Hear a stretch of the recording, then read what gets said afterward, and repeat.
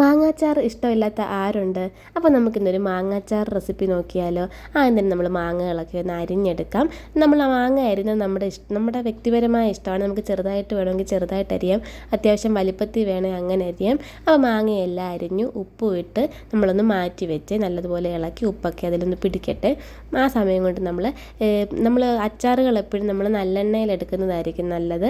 അപ്പോൾ നല്ലെണ്ണ ഒഴിച്ചു, അതിലേക്ക് കടുകും ഇട്ടു, വറ്റൽമുളകും ഇട്ടു, വെളുത്തുള്ളിയും ഇഞ്ചിയും കൂടെ. ഇഞ്ചി നമ്മൾ കൊത്തി അരിഞ്ഞിട്ടുണ്ട്, വെളുത്തുള്ളി ചെറിയ വെളുത്തുള്ളിയായിട്ട് നമ്മൾ അരിഞ്ഞിട്ടില്ല, മൊത്തത്തിൽ അങ്ങ് ഇട്ടേക്കുവാണ്. അതൊന്ന് ബ്രൗൺ കളറായി വരുമ്പോഴത്തേന് തീ ഒന്നെങ്കിൽ അങ്ങ് സിമ്മിലിടുക അല്ലെങ്കിൽ നിർത്തുക. അതിനുശേഷം നമ്മൾ മുളക് പൊടി ഇട്ട് കൊടുക്കുക. നമ്മളൊരിക്കലും ഹൈ ഫ്ലെയിമിലിടല്, നമ്മുടെ മുളക് പൊടി അങ്ങ് കരിഞ്ഞു പോവും. മുളക് പൊടി ഇട്ടു, കുറച്ച് മഞ്ഞൾപ്പൊടി കൂടി ഇട്ടു. അതൊന്ന് അതിൻ്റെ ഒരു പച്ചമണം മാറുന്നിടം വരെ ഒന്ന് ഇളക്കി കൊടുക്കുക. അതിന് ശേഷം നമ്മൾ നമ്മുടെ മാങ്ങ അതിലേക്ക് ഇട്ട് കൊടുക്കുക. കറിവേപ്പില ഇട്ടിട്ടുണ്ട്, കറിവേപ്പില ഇട്ടു. നമ്മൾ ആ ഉപ്പിട്ട് നമ്മൾ മാറ്റി വെച്ചിരുന്ന മാങ്ങ നമ്മൾ അതിലോട്ട് ഇട്ട് കൊടുത്തു. അത് നല്ലതുപോലെ ഒന്ന് യോജിപ്പിച്ചെടുക്കുക. നമ്മൾ തീ നിർത്തിയേക്കണം, മാങ്ങ വേവേണ്ട ആവശ്യമൊന്നുമില്ല. അതുകൊണ്ട് നമ്മൾ തീ നിർത്തിയിട്ടുണ്ട്. അതിലേക്ക് കുറച്ച് ഉലുവാപ്പൊടി ചേർത്ത് കൊടുത്തു.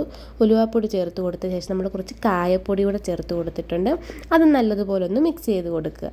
അതിന് ശേഷം നമ്മൾ വിനാഗിരി ഒഴിച്ചിട്ടുണ്ട്. അപ്പോൾ നമുക്ക് തോന്നുന്നു ഇച്ചിരി വെള്ളം പോലാണല്ലോ എന്ന്.